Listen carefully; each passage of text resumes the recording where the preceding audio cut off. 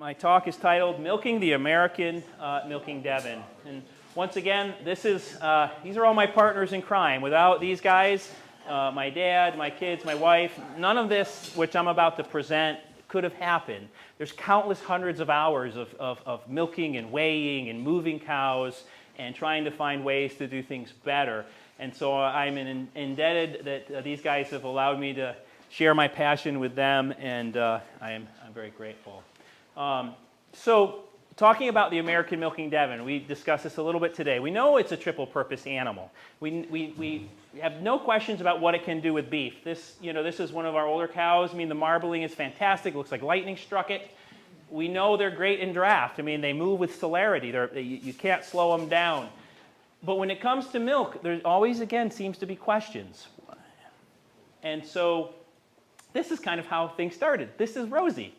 This is my dad and I, and kind of how we started out. I would ask you guys who's the better milker here? Any doubt? Your dad, of course. Actually, I started before he got in, so that's not entirely fair. And I think the other thing about milking Devons or milking any cows or anything we're passionate about, if you're not smiling, that is an important factor. If you're going to put in hundreds of hours of work, you better enjoy it. And so if you have, one animal out on grass, this is Rosie again, that's one thing to milk by hand. But if your plan is to put this kind of number of cows in a row, then milking by hand quickly becomes inefficient. And so we started out by using a surge. You guys recognize the surge bucket milker? And the Surf Single? And this was back in the late 70s. We had a commercial Holstein dairy farm, and this is something my dad had saved. We got a new pulsator for it. But we found with the Devons, again, this goes into that height issue, right? The Devons aren't the tallest animal in the world, and so the way these surge buckets work is as the weight goes into the bucket, it's pulling down on the machine to kind of stimulate the calf suckling, and we were having height issues. And so we moved over to the more modern milking unit, which gave us a little bit more space. And these were labor savings, but I can tell you there's another labor-saving device. Children. Children. I could not have done it. We could run 3 milkers and we could get through milking in pretty good time. And so just, you start putting 10, 11 cows in a row like this, you've got to have, you got to really think about your efficiencies and how you're doing it. Some more pictures of them. So early on, we noticed this. Can you guys see the difference in this picture? Yeah, crying. I don't need to send this to Dairy One Lab to find out what's in this compared to what's in that. There's no question at all. And this is every single day we see this. And when you've got product like that, you can do all sorts of things, like learn how to make mozzarella, to make cheese curds, lots of yogurt. We had a tabletop cream separator to make butter. Here's Abigail making some butter at a historic demonstration we did. And this is clotted cream, made by Devons. Kind of fun.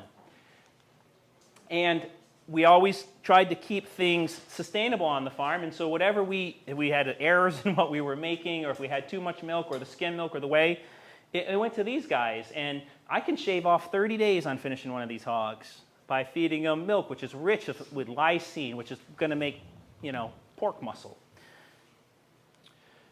So it all begins with grass. So our desire at our farm is to treat these ruminants as ruminants, and we had to develop the infrastructure, which we talked about earlier today, with the ability to get high quality forage into these dairy cattle, and also to get them back in the barn. I can't emphasize enough how important this laneway is to us in a grazing dairy operation.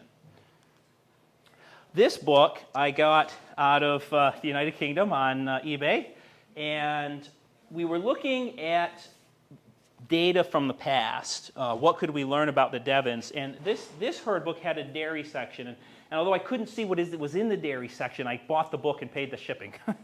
And a few things I want to know. So in this dairy section, this kind of reflects our conversation we had about huckleberry. Cows must have given 6,000 pounds of milk within the stipulated year to have their bull listed in the dairy section. And the bulls are only eligible if they're dams and sires dams, right? So these guys, I'm not inventing anything new. You want to get milk genetic lines from both sides of parentage in order to justify saying you've got a bull. And so I think this is something that, in thinking about milking the American Milking Devon, we need to think about with bull selection. We need to think about data behind the bulls. This is a list of the cows and their production records. Now, keep in mind this is 1929, okay? This first cow on the list may be hard to read, but her name is famous, and she's going to be famous for a lot of reasons. She's famous because we're talking about her 100 years later. But look, in a 300-day lactation, 60 days dry, very standard for even modern standards, 10,000 pounds of milk in 1929. In our best dairy states in the United States with Holsteins in the 1920s, the Holsteins were making 14 pounds a day. And if you went to the lesser states, like the lesser dairy states, 7 or 8 pounds were their averages. So the average for a Holstein in 1929, 1925, 1929, would have been around 4,500 pounds. This cow wasn't just what the Devons could do in 1929. This was one of the best cows, bar none, anywhere being milked, probably on the planet. Where are all these cows? I would love to have those genetics. So when I think about the standard for my Devons, or what we're doing, this 10,000 is not just a record of what the Devons can do. This is a famous record for 1929. Absolutely outstanding. So we have to keep that in mind, right? And then you still see other cows here, 8,000, 6,000. These are still respectable records for the time. They're thousands of pounds above the Holstein records as an average. I found this book on eBay too. This was a cattle sale record from Ohio that listed a little bit of history of the Devons, but it also listed some of the background in milk production that they were given. And I want to talk a little bit about this cow.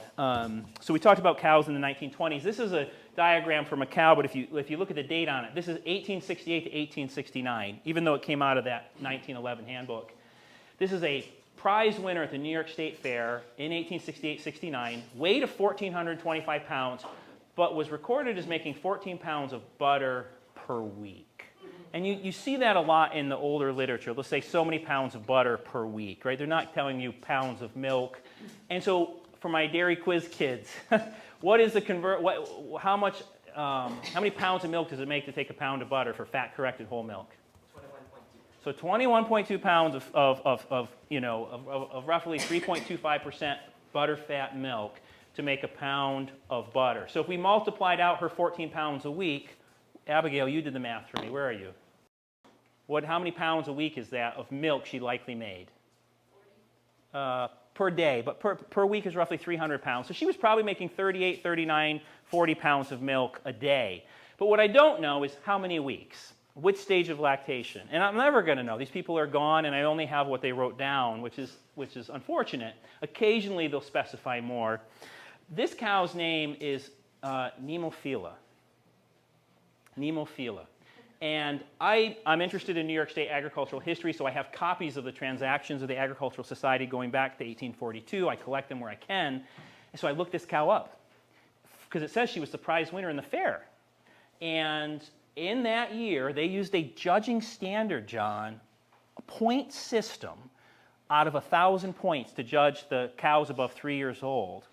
And anybody want to guess how many points out of that 1,000 they gave for udder? I'll take guesses.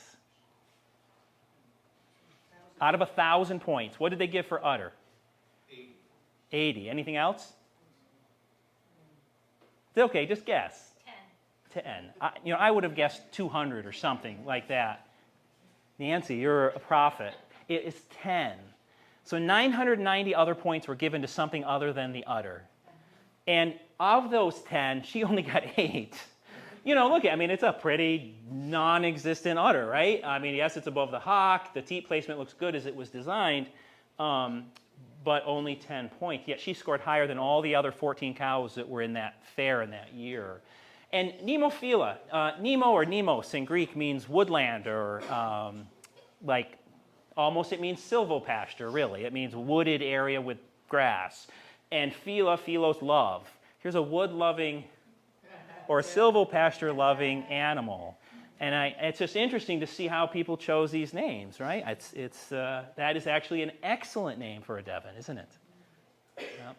So this just gives us some background on what is out there in the 1860s, what is out there in the 1911s. Now, again, I like looking at old history magazines. Rural New Yorker, which was a farming periodical that was very, very popular in the Northeast, 1911, this writer from Illinois talked about Devon cattle as a dual-purpose breed. Well, what could be more relevant today than us talking about Devon cattle as a dual-purpose breed? And he argues in his article that the Jerseys and the Holstein people are out there promoting their cattle and saying how great they are, and why are people not promoting these Devon cattle, which could be so great on farms serving dual purposes? It's 100 years ago, and maybe the same could be said today, that we could do more of those things. You know, Holstein USA is, you know, out there, all these cattle clubs, and we're doing more, but it's just interesting. He commented on, and he gave an example of two animals. And again, it's limited information. He's saying that the songstress animal was making 37.5 pounds as a 2-year-old, but when she got older, she was making 51 pounds as a 6-year-old. That is data I'm replicating. I'm seeing that. The younger animals are giving less, but this is a good animal, 51 pounds. I don't know if that was the average. I don't know if it was for a month. I don't know if it was for 2 months. The article doesn't say. Lady Alice, so this was at the experiment station in Massachusetts, and she gave 1,400 pounds in 30 days, which would average out to be 49 pounds a day during that. Our Devons today can replicate that. And fortunately on this one, because it came from an experiment station, we know more data, 9,000 pounds in 1 year, which averaged 30 pounds a day. Our Devons can duplicate that. Have anybody heard of the 3 Bs? The 3 Bs when it comes to Devons. I had not until I read this article, but I love it. Can anybody guess what the 3 Bs are for the Devons? You're going to love it. Give me a guess. Beef. Okay. Butterfat. Beauty. Who said beauty? You guys are amazing. Beef, butter, and beauty. The 3 Bs. I absolutely adore that. Huh? What's that? I'm preaching to the choir. Beef, butter, and beauty. Isn't that what we have, guys? We really do. We really do. So, thinking about Nemophila's udder, I wanted to show a couple pictures of Devon udders because we didn't have cows in milk. And one of the things we find with Devon udders is they can be quite variable. And so, in general, I wouldn't call them superb quality udders. And what are the things that Nemophila was missing? Well, She didn't have a whole lot in the fore udder. So when we put these milkers on these cows, the first 2 quarters are milked out long before the rear quarters are milked out. And you don't see much development of a mammary vascular system here at all. And neither did Nemophila in 1868. Again, you've got some actually fine teat placement and teat sizes that are good for either hand milking or for a milker. Limited fore udder development, limited vascular, but you do see a little bit. Here is again, this is one of our cows, Rebecca. You know, almost these finger-length teats, which are very great for handles to milk, but you know, very little fore udder, maybe a little bit of vascular development. And again, just more of the same. And this is just me moving through a bunch of our cows. Rear udder attachment is kind of, you know, this median suspensory ligament, very, very, very important in keeping the udder high and above the hocks, and sometimes it's weak in the Devons. Not always. And one of the things we know is that when you milk a Devon out, they are very non-fleshy in the udder. So it gets down to like a rag. It's almost like you can milk them down, and trying to leave a little bit of residual milk in, you can squeeze it down till it's almost next to nothing. This is our Evie 60-pound cow. Now, granted, there's faults here. I'm not trying to say she's perfect, but what do you notice is different? Look at the vascularity. Look at the milk vein development here and through the udder. Look at her fore udder. She has capacity. This is something that's needed if we want to continue to select for high-quality milking Devons in the dairy. And again, there's faults. I will admit them. She's going below the hock. She's not very tall. There's weakness developing here, but at least you're starting from an area of capacity. I get another Quiz Bowl question for Abigail or Josiah or anyone who says, how many gallons of blood need to flow through that udder to give you a gallon of milk? 100. How much? 100. Any other thoughts? 400. 400. 400 gallons of blood for every gallon of milk this cow is going to produce. So if you're going to move 400 gallons through here, what kind of vascular system do you want? You need good drainage, you need vascular in, you need it out, or you're not going to get gallons of milk. So very, very, very important in terms of selection. So I'm going to take you through the 4 years of our milking experience. So we talked a little about this in the barn, but these are the original cows that we started with in the spring 2020. And when we started our data collection, we had 8 animals, 4 registered first calf heifers, 2 older cows, and we did, because my sister liked brown Swiss, we had a couple of brown Swiss kicking around. They were put in as controls, and we did have a shorthorn milking Devon cross. And we'll just jump right to the data. So our first calf heifers made in that time from March to August, which is a good length of time, 24 pounds a day. That was the average. The 5-year-old in the 31 pound, and if you took a modern genetic animal in the same system, but with the first calf heifer, 34 pounds out of the brown Swiss, a little bit more out of the shorthorn Devon cross. How big was the brown Swiss? Because they're big. They are big. So it was a first calf heifer, so she wasn't full size, but she struggled to do well on grass alone. She was meant for corn silage and concentrates. Yeah. Am I moving too fast, guys? No? Okay. Stop me if there's questions or things. So let's look at components. We're only 30 miles from Cornell. The Dairy One lab is down there. For me, they have pickup at local places. I don't even have to put it in the mail. I just drop it off at another farm in the refrigerator, and they take it down. It's very inexpensive, about $1 a test for 5 things. Our Devons averaged 4.2% butter fat during that milking cycle. The entire herd, including the brown Swiss and the cross, was a little bit less. And then you see these ranges of 2.2 to 5.2, which was most of the ranges, but I had 6.99 and even a 15. Is it averaged amongst your herd, so you take a collective sample from the main pile? So this average here would have been all the results on all the individual cows summed back together and divided by the total. Yeah. And protein, 3.1, with a range of 2.4 to 4.5. Somatic cell counts, is that foreign information, or should I explain a little bit about that? Okay, so somatic cell counts are basically your white blood cells that show up in milk, and they can be a marker of inflammation or infection. You need some so that if you do get an infection, you can respond. But if you have too many, it means you're festering an infection already. And during that time frame, our total herd average was 218,000. Now, to put that in perspective, that's a good number for dairy herds. In New York State, you can sell milk up to 750,000. After that, you're not selling your milk. We had a cow with mastitis, so if we took her out of the herd average, it dropped it down. Again, we only had 8 cows. 1 cow can affect the numbers significantly. But we were seeing ranges of 12,000 up to the million when the 1 cow had mastitis. And what I found, and we'll see this on some graphs, is a number of the Devons run very low somatic cell counts, 10,000, 20,000, 30,000. And I find that remarkable. So let's move into 2021. So we weren't crazy enough to stop. We kept going.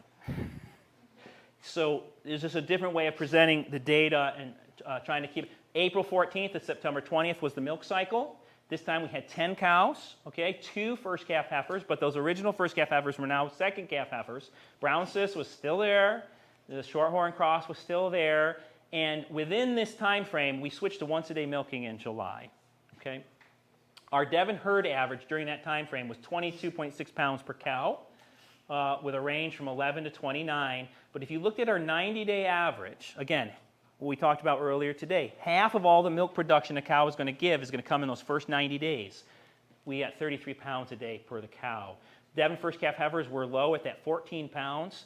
And the older cross, the older brown Swiss now is starting to produce more milk. We're seeing 41 pounds a day, even on grass. This year's data, though, was remarkable for the box on the bottom. This was the first time we started seeing high individual peaks that made us wonder what the Devon could do. 40 pounds, 47, 40.9, and 41. This is another graphical representation of what that data looks like visually. And And this tracks what we see with various Devons. You've got some Devons that come in at a moderate or even low range and will hold themselves there, and then kind of we switch. This is once a day, so production went down. Others will come in maybe at that range and dry themselves off. Should this cow remain in my milk herd? Anybody want to keep her in the Can she raise a beautiful calf in the pasture? Yes, but we know who she is, and she's not in the milk herd anymore. What about these guys? This is a whole different group, isn't it? A whole different group of 4 or 5 animals that are separating themselves out. Some getting right up here pretty high, and we know that peak milk drives the total milk for lactation. As high as you can drive this number is going to have an impact on, because it's going to be a decline, but a decline from a higher number. Butterfat this year. Older cows, 4.3%. We bested our numbers from the year before, and the Devons themselves did even a little bit better. The Holstein herd just crossed 4% for the first time in recorded history, 4.08 last year, butterfat. But they're doing a lot to get there, a lot to get there. These are unselected animals. Devons are already beating the best that the Holstein genetics can do right now with grass alone, not with Flemish beans or anything else being pounded to them. So butterfat, again, kind of congregating around this 4 point something number. A few of these numbers spike up. Some of them were kind of replicated up, and a little bit of a general trend of increasing as the lactation went on. Protein, same thing. Some of these early numbers, protein is higher, colostrum, things like that early on, but they eventually reached kind of a steady state altogether. And somatic cell counts, again, look at this group of cows that are staying in that under 20,000 somatic cell count range. When I talked to my vet about it, she's like, oh my gosh, what if somebody gets mastitis? You've got no protection. Well, I do. When they got mastitis, they went up. And then when they got cleaned, it went back down. I think it's okay. But having lower somatic cell counts in your milk means you're going to get a higher conversion rate when you turn it into butter or cheese, because you don't have bacteria in there consuming it. I'll just put a slide in here about milk urea nitrogen. Basically, if the cows are eating too much protein, they need energy out of their own body to get rid of it. They have to run it through the kidneys and pee it out, and it takes energy. So you're trying to keep ranges, in that 8 to 10, 8 to 12 range, and generally we are doing that. This is interesting how everything took off right here. This is the end of drought. This is a second spring flush that happened after the pastures were dormant and we got rain in August. So they became rocket fuel again. And it was almost as if spring started all over. So we're in our 3rd year now, spring of 2022. This is Gracie, Kendra. This is our biggest milk year up to that point. 11 cows, 9 Devon heifers, that brown Swiss, hard to get rid of. And we had a Swiss Devon cross. Because we bred the brown Swiss to a Devon. And let's just look at the overall milk production data here. So the herd average for that year was 24 pounds. This included going to some once a day and trying to dry people off. But once again, you see these various patterns of some cows that don't want to get out of the 20-pound range, some cows that do, and this is a totally different group of cows, right? Now I've identified my 5 or 6 cows that should be the ones I focus on as far as milk production with my goals. Fat, 4.3%, similar to what it was before. Somatic cell count, a little bit higher this year, but once again, there's a group of cows that want to stay right at the bottom, but can manifest a response if they need to. And protein almost continues to average that 3.2, which is pretty standard. So this is the last year of data I have. I don't know if I'm going too fast or maybe I'm okay. All right. This is what Jeremy and I was telling you about. This is the trefoil. It came, it's like every seed I ever planted grew in 2023, and it did it 3 times. And trefoil doesn't like being cut. It tolerates being eaten, but it doesn't like being cut. And so we just made outstanding forage. But you guys had drought last year, didn't you? So I am sorry. But it comes and goes, right? So in spring 2023, we decided we're going to take our top 5 cows based on the previous data, and we're going to focus on milking them. The other thing is, though, they had to calve at the right time. So if they didn't calve at the right time, like Gracie got excluded because she calved in late. She could have been a 6th cow. And taking those 5 cows, these are the numbers we saw. And I will say the caveat here is, look, pay attention to the days, because I'm showing you the early lactation days. Rose Petal averaged 36 pounds. Dawn, which is Evie's daughter, who was the first one in the tie stall, 35 pounds. Hopi, which again was the chunkier, high overconditioned cow, Ann, that you pointed out, right? You know, you can see her milk production is less, but her udder and other things are so great, and she's rock solid, basically a 30-pound cow. She made it in. Hannah, and then our Evie, which in the first 54 days, making 2,600 pounds of milk, she easily would have qualified for that 1929 book by the end of her lactation. 49 pounds, average of 36.4. Milk component data. We talked about this briefly about, I think, Larry, you had asked about the butter fat with the different producing cows. So this year's butter fat was surprisingly lower than I expected, 3.38. So that's not a full point lower, but it is lower, almost a full point. Protein the same, total solid, somatic cell count fine. My explanation for that is that these cows were in early lactation, and they didn't have the opportunity to up that number in the later lactation that they might have if we were at month 5, 6, or even 4 on some of them. And so it's we'll have to see what happens next year, but it was a unexpected decrease that I am only partially able to explain. And this is what those cow records looked like. So now we're just talking about the 5, so the scale's a little bit different, because we see these cows that, this is Hopi coming in, doing her thing, and then the other cows, some of them exceeding almost, at least on the graph it doesn't show her, she did hit 60, but good cows. This is when we went to every 18-hour milking. Have you guys heard of that idea before? So when you're milking and you're tired and it's hot and it's summer and kids are getting ready to go to school, you start thinking of any ways to labor save. So the idea here is you'd milk at 6 a.m., but you wouldn't milk for another 18 hours. You wouldn't milk at 6 p.m. You'd milk at midnight. But the next day, you wouldn't get up at 6 to milk. You'd milk at noon. And then the cycle would reset itself.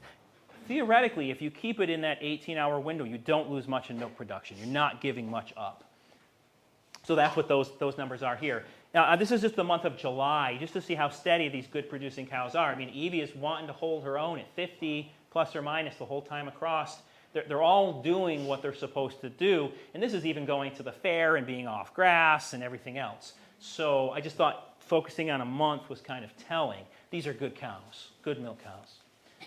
August is, we're getting ready to kids go back to college. This is my once a day, which did start to trend down, but they still were making good milk production through it. I'm sorry, not once a day, every 18. Every 18, I misspoke. We didn't continue doing it, because you know how many people wanted to do the midnight milking? Me. That's it. Yeah. Oh. So this is an overall average table of what we found. And so 2020, 2021, all the way down to 2023. These were the average pounds per day. Of course, we changed the cow group here. We only selected the best. We didn't just milk everybody with an udder like we did before. You see the butter fats were pretty stable, except for that year, and the protein again. And so for us, this answered a lot of questions. And maybe if we could research historical record more, or people on other farms, on our farm, this is what we discovered and where we are at. So this is Evie at the fair. Again, look at the vascular system on this cow. Look at the milk vein. She can move blood in and out of that organ so it can produce milk like no other Devon we have on the farm. She's not as tall as we would like, but she's not overconditioned, and she doesn't get fat even in the winter. This is my son Mark, who would love to be here. He's in college now, and he has been raising her since she was a calf. And for us, she really is our champion on our farm. And this is Evie. This is at the fair. This is after that show. We brought her back in. We milked her out. And we milked her out because the show went a little long. She dropped 40 pounds in one milking. Which, okay, if you're a Holstein, that's not remarkable. But if you're a Devon, that is darn tootin' good. That is serious milk. And so we had to get a second bucket. And he was so happy. And look at Evie. She's so happy. She is, yeah, and her udder has gone down to a dish rag because it's all shrunk down. And so this is a quote was on some of our signs in the barn. I absolutely adore this quote. The very best of this breed are the best in the world. And this was a breeder in New York, Wainwright, 1872. And isn't that the truth? the very best of what we have are the best and can compete with any breed, anywhere, at any time. And we just need to continue to select for the very best and improve the overall quality of the herd. So, with that, this is just a drone picture we took of the farm. I thank you for your attention, and I'd be happy to answer any questions.